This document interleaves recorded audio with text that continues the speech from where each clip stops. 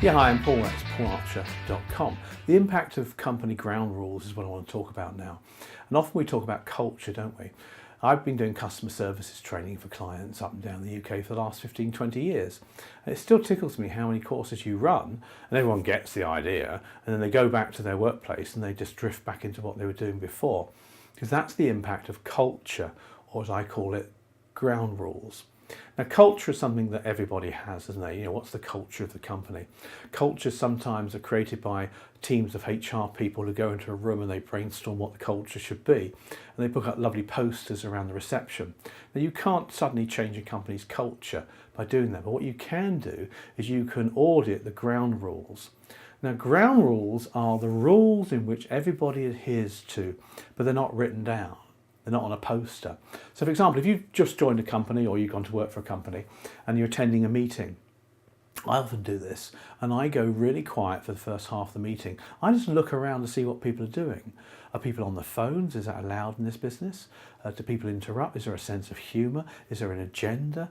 Is it very strict? I'm looking for the unwritten ground rules that emanate from that business. And that's of course where culture comes from. Culture, they say, comes from the top and works its way down. I don't actually think that's really true. To a degree it probably is. I think culture comes from the ground floor, from the working ground floor itself. What are those unwritten ground rules that everybody on the ground floor talks about? And it's that creates culture. So how do you get around this in your business then? What can you do? Well, there's a number of steps you can take. First of all, you can get your company's desired vision, mission and values and all that kind of stuff. Sure, of course you should do that. I think everybody should aspire to have certain value systems in their business.